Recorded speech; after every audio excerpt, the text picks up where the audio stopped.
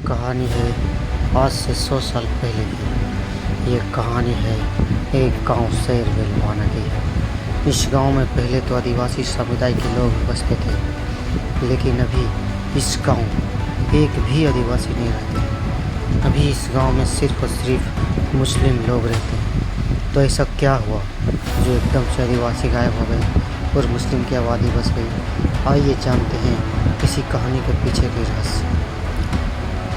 उन दिनों शेर बेलवाना में आदिवासी के दो मुखिया, जिसका नाम शेरू और एक का नाम बेलू था, मशहूर था और कहा जाता है इन्हीं के नाम से इस गांव का नाम शेर बेलवाना पड़ा।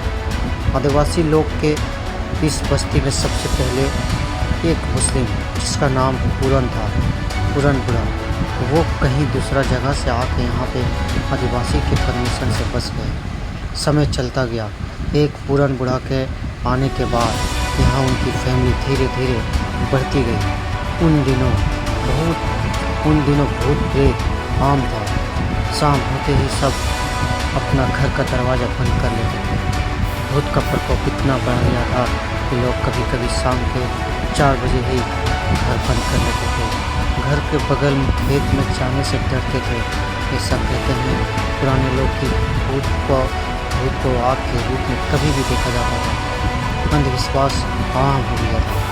एक दिन की बात है, आदिवासी लोग अपना कर्मा पूजा मनाने के लिए कर्मा का पेड़ शाम को जमीन में गाड़ा और सुबह होते ही वो पेड़ जमीन से नहीं निकलने लगी। पेड़ जमीन से इस तरह से जमीन से चिपक गया कि वो पेड़ ऐसा लगा जैसे 1-2 साल पुराना हो। सब आदिवासी ये नज़ारा देख के शौक हो गए, डर गए। उन लोगों में डर का माहौल फैल गया। आदिवासी लोग के दिमाग में ये आ गया कि कर्मा भगवान हम लोग से नाराज़ हो गया है। अब आदिवासी लोग इस बस्ती से डर के वजह से धीरे धीरे बगल के इलाका बड़ी बाग में अपना घर बसाना शुरू किया। और एक वक्त ऐसा आया सब आदिवासी शेर बेलवाना से चले गए और यहाँ की सारी ज़मीन संपत्ति अब पूरन का हो गया।